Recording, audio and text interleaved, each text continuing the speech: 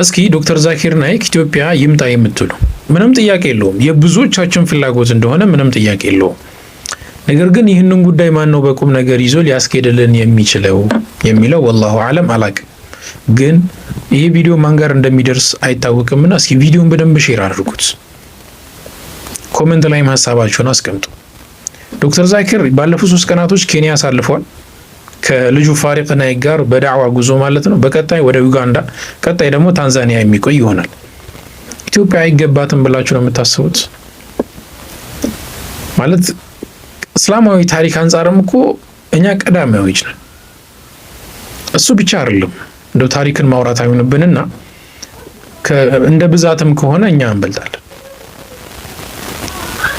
ስለዚህ ዶክተር ዛኪር ናይክ ኢትዮጵያ መምጣቱ እንደቀላል የሚታይ አይደለም። የቻላችሁትን አድርጋችሁ ቢመጣ፣ በተለይ እዚሁ አፍሪካ ውስጥ ባለበት ሰዓት ቢጋበዝና ቢመጣ የቻላችሁትን ብታደርጉ ምን አይነት ተጽዕኖዎች ሊፈጠሩ እንደሚችሉ ማለት በጎ ተጽዕኖዎች ለሙስሊሞች ማለት መገመት ይከብደኛል።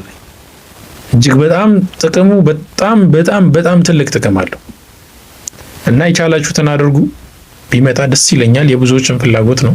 السلام عليكم ورحمة الله وبركاته.